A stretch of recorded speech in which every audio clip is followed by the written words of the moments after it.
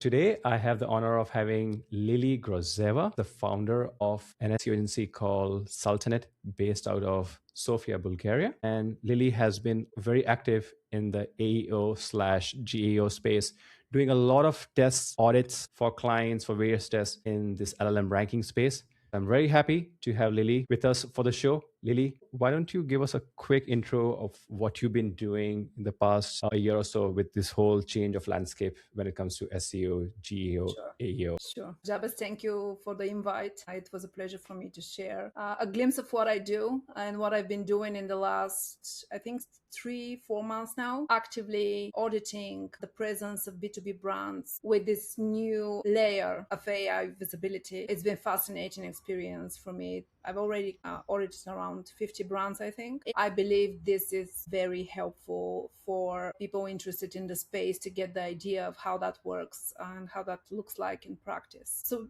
yeah, I've been doing SEO for 20 years now. I like to joke that I've been doing that in all the seats possible, like a couple of times freelance, a couple of time agency, a couple of time in-house. So now yet another spin on my agency angle. And it's a very exciting time to be in search. So about the audits, yes, I've been working on auditing the visibility and how AI actually represents and translates the visibility, the organic visibility of a brand in LLMs and on Google homepage as well, Google result page. Again, I'm happy to share everything I've learned with the audience here. Perfect. I'll jump into the very first question that I ask most of my guests. What are the top three ranking factors for AI visibility in the B2B space as per your tests and results? Okay, so it wasn't what I thought it would be when I started. If I need to point three, they are not the usual SEO ranking factors people usually imagine. But I would say these are entity clarity. Entity work turns out to be really a leading factor in how, not just whether you will be included, but how you're going to be included. What would be some misconceptions around your presence in our results? It's corroboration, which is very interesting, which means that the different evidence one can get in not on your own website but in the ecosystem that votes for you, that you are the right brand, product, feature for a certain problem. And very interesting ranking factor, this is consistency, which means across your own properties, across different comparison lists, different community conversations, media in your industry, are your brand, product, and features presented and talked about in the same way? And the most mismatch I found is actually on that specific ranking factor. And it turns out that many B2B companies in tech and across the different parts of the space have a lot of work to do to align their positioning, offering, and messaging across their own assets, but also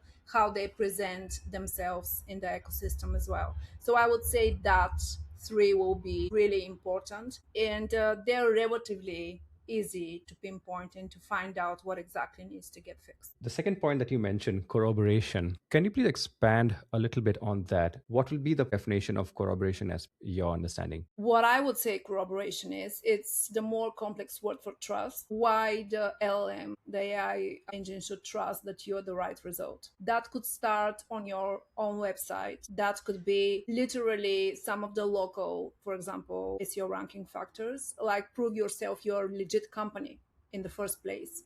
Like, do you have an office? Do you have a phone number? Do you have a free toll number? Do you have a team? You can start with that. Then you can expand on, are you participating in industry organizations? Are you participating in community discussions? Do you have offline events? These are all landmarks that you are a legit business, that you are doing and investing a lot in the space you're in. And this is part of your trust check boxes, so to say, so that you prove for yourself that you're actually legit, to put it that way.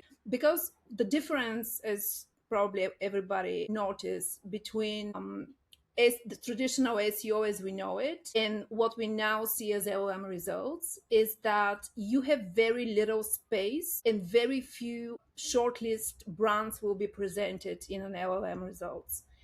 In a traditional SEO result page, usually the user have the incentive to go and browse a certain number of results because they're trying to answer their own questions, that they open a website, look for information, trying to read, then go back, that they look at another result. That's not the case with the LLMs. You literally, when you reach a certain intent, you reach one specific snippet with the conversation with the LLM. Like everybody knows that, like these are the three, brand A, brand B, and brand C will probably help you out with your question. So you only have certain space and opportunity to be included. And that makes the need to be a legit business, to invest more, like to build that trust as a business first, and then to talk about content and to talk about citations and all these different, I would say, tools. These are specific aspects of the organic visibility where you need to build a brand first with a consistent positioning, offering, and messaging, and then go and do the citation part, the content part, all those different parts. And big brands do it. That's why the correlation is so strong. So you need to showcase some trust signals before expect to be included in some shortlist. What will be your top 3 ranking factors that you want people to stop worrying about when it comes to LLM ranking factors? You think these ranking factors are overhyped, or people are just spending unnecessary resources on these things? Okay. I will maybe twist your question a little bit. Okay. It's one big group.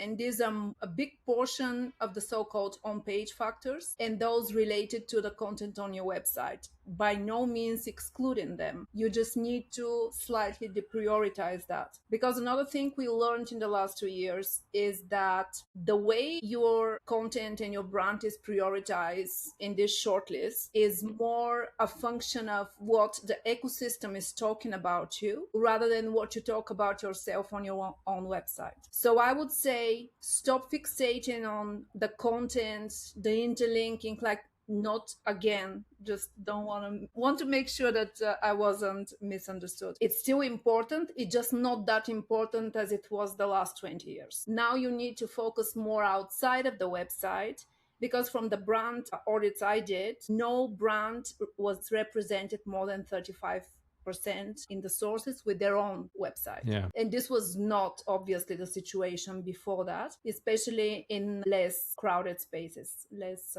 competitive spaces. So I would say stop caring so much about, let's say, domain authority, or fixating over H1s, or fixating over, keyword optimization. Like, obviously this is obsolete now, and start focusing heavily on the citation report of the tool of your choice you're using, of your LLM analytics tool. Got it. You've done a lot of AI visibility audits for your clients. How do you go about your audits? What are the main things that you look for in these audits? This is actually a very good question. The interesting part with those audits were that obviously I started with what I know. I started with the technical, the content, the backlinks, the citation type of approach, like every SEO is doing that. But soon it turns out that the problems are that I expected to find, or the areas of problems I expected to find, are not the actual problems AI search brought to the table. For example, everybody is included in a certain way. Like, obviously the non-branded prompts, especially if you are newer brand, or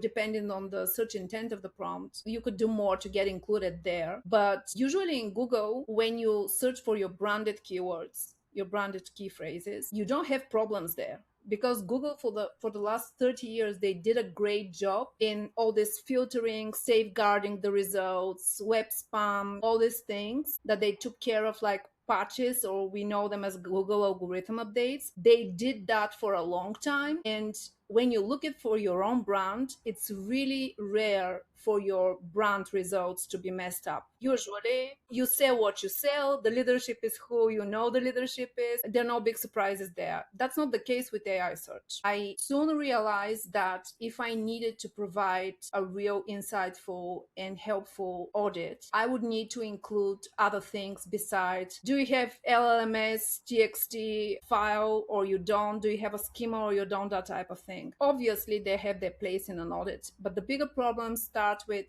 first things I do is narrative. The narrative is I am very focused on the homepage and the commercial pages. That would be obviously product pages, use cases, comparison pages, pricing pages, things like that. Then I pull in the same bucket the LinkedIn company page, as long as anybody from the leadership LinkedIn profiles, if they're active, what are they talking about? Are they talking about the recent product launches or acquisitions or whatever the company is actually on focus for them as a product, service, or whatever? Then I ask simple questions and look at the Google results. What I'm trying to find in the homepage product and the commercial pages and on LinkedIn is that are they seen externally as the brand actually want to be seen as? Let's say buyer, is brand X visible to user A the way they want to be visible?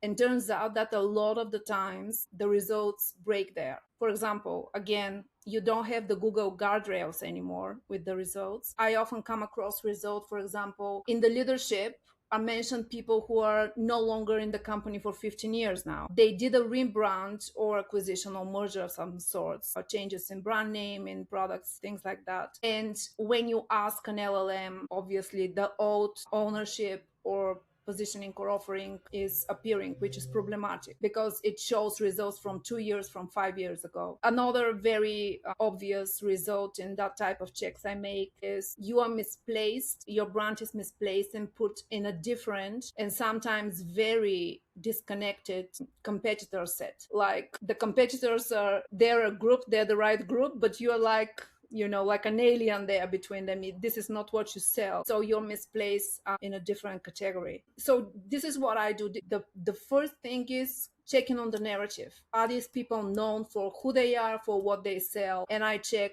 the website, the LinkedIn, if they have another platform that they're more active on, let's say YouTube or something like that. I do that too. GitHub as well. And then I do a Google reality check. This is very important because Google is actually very good at understanding entities. This is something we know very well. So you can use them as Google entity check tool. For example, I'm checking the people also ask results, the Google auto suggest. This clearly shows you the different aspects of how a platform like Google would see you. And this is a sophisticated view. I had a client a couple of months ago who were launching a product and the name of the product was very close to something else. And Google, as you probably know, when you type in and they find an entity that they know of, they switch the auto results to that product. And people were wondering why nobody is looking for the product and they don't have Google traffic for it. Turns out Google is switching the name of when somebody is typing the brand name of their product, they're switching the name and the traffic goes somewhere else. So these are the type of checks you need to do just to make sure that you are understood, so to say, that you understood for who you are, what you sell, that type of checks. Then I'm using for 2 years now one tool. It's called Rank Scale. It's a startup from Vienna, an LLM analytics tool. They're pretty good with the simplicity of the results they give you. It's really helpful. So I'm doing a rank scale check. They give me the whole AI positioning picture that I need. Again, the most important report is the citation report. So I'm doing that. I put 10 to 15 prompts. I know there are a lot of discussions around, do I need to put 50, 150? There are a lot of discussion around how many prompts a brand needs. I put only 20, 10 branded, 10 unbranded. That's literally enough. If you're not campaigning and you're just checking on how visible somebody is, usually the core set of prompts will give you enough of an idea of their visibility, unless they have very diverse portfolio of products and services that is very different. And obviously you need to go for a bigger prompt set. So I'm doing that. And then I can slice and dice through the results and see how different prompts appear, what type of sources actually are building up that type of results. What are the sources that are building the branded type of prompts? What are the sources that are building the non-branded type of source? It's quite insightful, obviously, across LLM models as well. And this give me the AI positioning picture. Okay. I also use a lot of the SEMrush results as well. It's very insightful to get what are the actually visible commercial pages that you have, and if the prompts that you're targeting are matching pages from your website, because this is a very common content gap people have. Yeah. They expect to be visible in certain prompts and they don't have on their website a way to cover that. Obviously, SEMrush is also providing great competitor data as well on the same subject. It's very informative, even more so for competitors, because with RankScale, you can actually check the exact URLs, content types. Do you need a video for that? Do you need a blog post? Spoiler, over 50, I think 6% of the sources used to feed B2B to B2B answers are actually blog posts again. Everybody hopes to get rid of the blogging, but it won't be happening anytime soon. Yeah. Even with brands that are very active and represented in Reddit and similar more modern platforms of the visibility.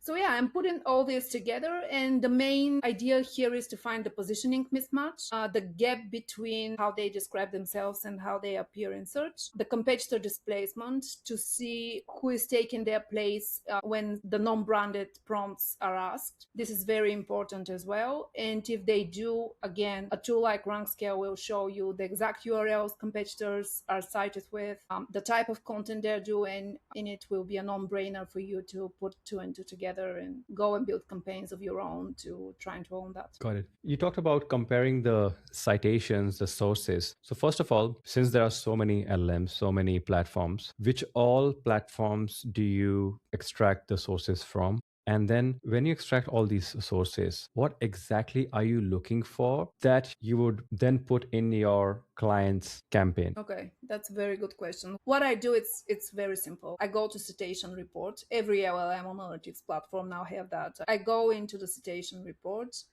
At least I know it's like that for RankScale. Not sure about the others, but it gives me the competitors along with the competitors that are mentioned in the sources that build the prompts, along with the brand I'm working for. So when I have the report, it's usually around 100, 150 sources. These are only the cited sources, because LLMs Yes, also have the sources that a lot of sources that they pull, but they don't cite them. So you are only working with sources that are cited. You audit them. only that are cited. Yes, Okay. it's a citation report.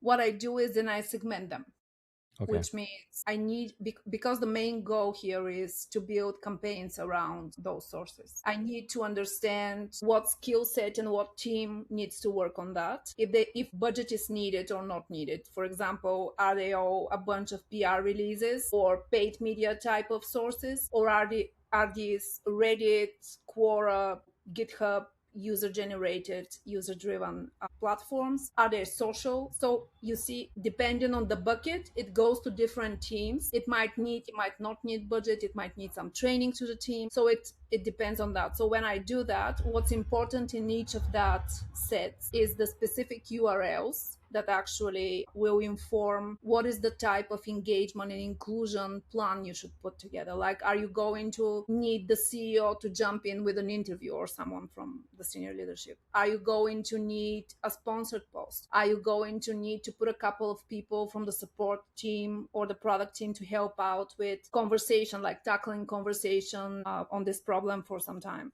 So you need to understand the exact content pieces, URL level, what exactly needs to get activated, let's say, and then using that information to distribute across different team with different client teams so that they tackle that. Obviously, your job would be to project manage that, to measure the result, and to optimize on the go if these sources change or there are issues like that. Do you think listicles are still as powerful as they were, let's say, 6 months ago? I don't think so. A lot of people suffered quite a bit from that, which is something that is happen a lot in our industry. Usually someone says, I find something that works on LinkedIn or on blogs or somewhere, and then 1,000 people are going and do that, and then there is an algo update. I don't think they work in the lazy format that appeared in maybe 6 or 12 months ago, but there are other things that work.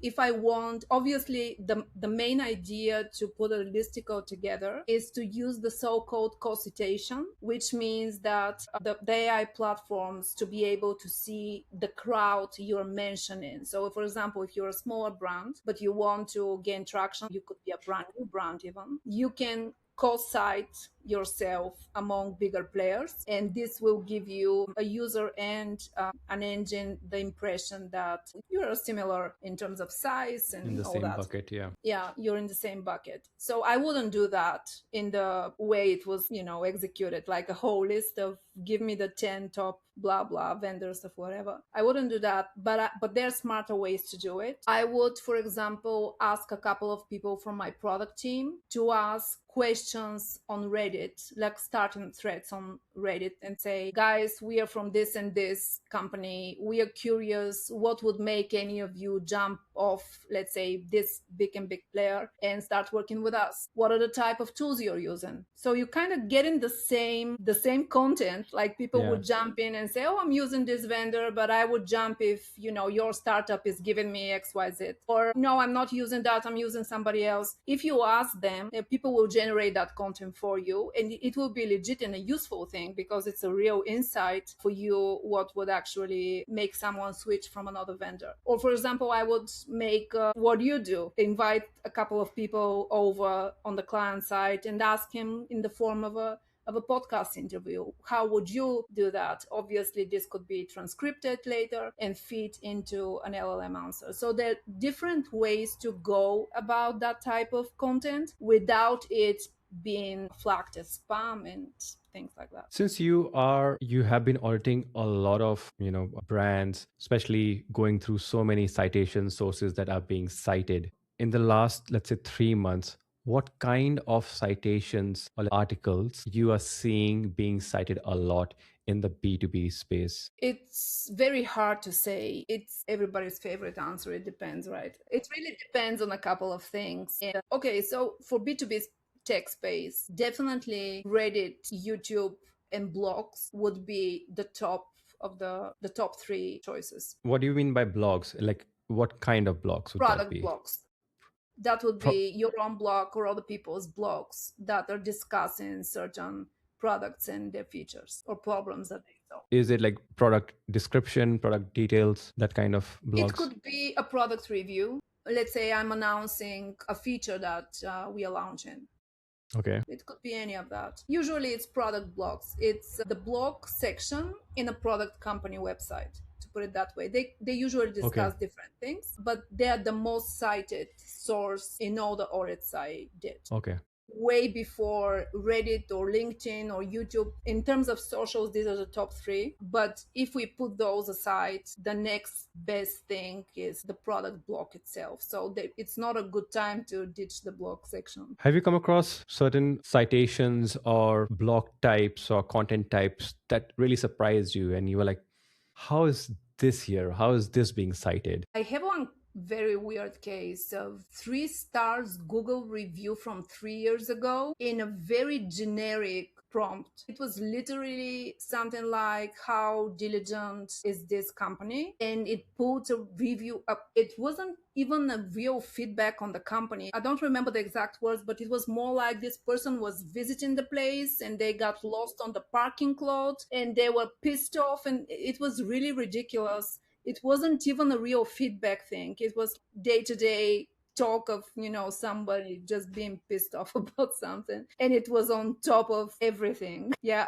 from that point of view, and why we are at it, I would say everybody, we are all feel very comfortable now because for 30 years Google did a good job, like plowing the results for us and safeguarding them. They didn't do like a stellar job. Obviously they have a lot of work still to do. It's a big job, but a lot of guardrails are there and people are still comfortable about what they find online, and they think that it's probably the same with the LLMs. It's not the same. Everybody should go and ask ChatGPT and AI overviews, obviously, but the main LLM platforms ask for the brand name, ask who the leadership is, what this company sells, who they sell to, who are their main competitors. Really main narrative type of questions, and you could be really amazed at some results you get. That's very, very interesting. Can we say people should not sleep on their Google section. We've talked about with other guests that focus on G2 reviews or Clutch, G2, TripAdvisor, whichever other platforms. Apart from if we are talking about local SEO, but do you think even in the B2B space, tech space, people should not sleep on their Google reviews? Definitely. Especially if they have offline, if they have premises, offline premises, definitely they should go and check out. It's a little bit of a funky explanation of things, but if we say the internet is like this huge bag of worms, everybody is putting things to this big messy Yeah. thing for the last 30, 40 years. And these big platforms that we know, like Google, they spend a lot of time to put a lid on it and not put the worms get out and, show their messy faces. Imagine with LLMs, like the lid is off and now there are a lot of crazy stuff going on top of the lid. That's a little bit of the situation, because everybody knows, and we joke a little bit about it too, that LLMs is like what Google was 20 years ago, and even more than that, like 25 years ago. So it's a messy, the bars are low. A lot of things were said about you, your brand, your products online, especially if you've been on the market for quite some time. It definitely is worth the time to go online and check on your brand, check on your products, and different important questions your customers would ask, because the lid is off and you don't know what's going to face you. Like Google review from somebody who cannot find the parking lot, that could happen. That's an interesting take. Let's say there is a brand new B2B tech brand, but with a very limited budget. What would be your top suggestions to get high ROI with very minimal budget or effort when it comes to LLM visibility? Okay, similar with organic visibility in general. But what I would do is, first of all, what I said at the beginning about the positioning, offering, messaging, all that. Obviously, this is marketing 101 and has been important for always, but it's way more important now. First thing, I would try to make sure that Google and the LLM platforms understand the entities around my company, name of the company, products, what products they solve, all that. I will make sure they got the entity right. Then I would pull out a citation report. Obviously, if it's a brand new brand or service or anything like that, I would go to a category level. What is the problem we are solving? No business is on the market if they aren't solving anything. So what is the category I belong to? And put category level questions in the LLM analytics tool like rank scale and profound and whatever. I would do that and run the citation report. Obviously, my brand won't be in it, but when I have it, I will look for citation frequency and look what you will need to double slice it here, because you said no budget or limited budget. I will look at the citation sources that come the most and that are relatively not cheap but not so expensive to find, or could be obtained, you could be included in some other ways. Obviously, the social platforms are an easy target.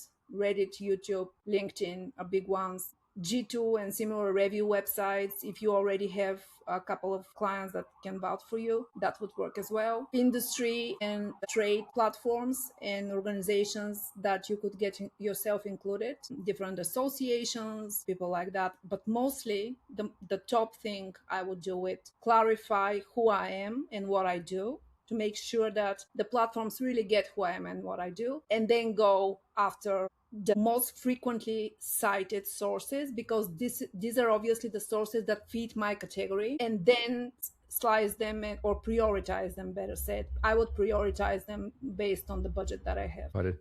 I like how you've clearly mentioned about entity and making sure Google and LLM understand exactly what you're doing. So, if there is a brand new tech company that is specializing in offering 5 different features, now when they want to start their LLM visibility, AI visibility campaign, can they start off by promoting all 5 features right away and think that they can gain visibility for all 5 features? Or should they plan and promote one feature at a time and then run another campaign for the second feature and third campaign for third feature and so on? Yep. Yeah, I would go with sequencing Okay. the products or the features or whatever they have as a portfolio. They need to sequence for a couple of reasons. First of all, here the most important is the clarity, which means the entity for this specific product or topic they want to cover as a problem should be very well defined, and they want to make sure that it's got right. It's clear who they are, what exactly they sell to whom, etc. It will be way harder to do that across over one or two of those entities altogether. That's one thing. The second thing is, and I know this from traditional SEO content campaigns, there are very few brands. Most of the brands I've worked with in the last 11 years, they don't have the capacity in terms of resource they usually invest in a certain amount of time, like in 3 months or 6 months, to cover the work needed for so many different product lines, let's say, or features or anything like that. And also it will be wiser to pace them, because what you do for, let's say, feature one, the insights will feed your approach for feature two, feature three, etc. So I would say better sequence them, because you will avoid the risk of confusion with different entities, and also it will be better and smarter optimization of your internal resources, which are never enough. So Right. you better be wise on that. My last question, which again, a lot of my listeners love hearing about. What are some black hat techniques that you have come across other brands or people using to manipulate NLM results? Wow, I don't really pay much attention on black hat things in general, but obviously listicles is one. These are quick wins here or there. I really don't follow that In the one. B2B space, have you come across EMDs being used for answer manipulation? Because somehow we've seen a lot of results where the citations are just What is that, very, Ian? very exact match domains, EMDs, and No. also partial match, very small satellite sites created for very hyper specific niche categories. And they somehow tend to rank and get cited. Brands rarely do that. Brands Right. rarely do that. In SEO in general, like doing black hat things on companies that expect to have this website in a year or so, it's not happening. Link building is also not popular in that type of environment, because brands already have a couple of marketing teams and functions across. Some of them have their own events. They don't really need to go around and ask for links, or do tricks for links. Same for the exact match domains. I think the exact match domains are not a thing for maybe, I don't know, 15 years now, for sure over 10 years now. So they have very little SEO value, Correct. I think. No, black hat techniques are really not a big thing when it comes to B2B tech and to brands that are there to build brands. Because the most tricky part trying black hat techniques in general is that you might not have a brand in some time, like in a week or whatever. And brands don't like that. They prefer to be steady and secure and safe, rather than play tricks, and the CMO could ask for the website on Google and not find it, and that Yeah. would be a big problem. Yeah. People literally go around on trade shows and show their website from Google, showing it to partners, to investors. They want to find their website Yeah. when they're in that type of situation. So no, I don't follow that directly, but I hear from here and there. What are the top tricks nowadays? Yeah.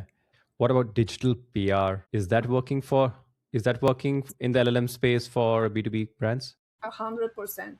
Yes. Most of the follow up campaigns and expansions on other marketing teams beside SEO, these are usually within the content team and the PR team. The PR team, I already participated in a couple of events where we use the citation reports to help out the PR teams to actually expand and be more focused on the type of inclusions they want to work with, they want to invest in. So, yes, this 100% is a way to go, and a good opportunity for PR teams to upgrade a little bit, like expand what they do and get additional market validation for their work. Lily, thank you so much for sharing so freely and taking out the time to share all your knowledge with us. What's the best way for our listeners to follow you? They can always follow me on LinkedIn. I'm try to be active there, or reach out at saltanatlabs.com and use the contact form to reach me. Thank you so much, Lily. Really appreciate your time. Thank you. Thank you, Javas. Thank Have you. a great one.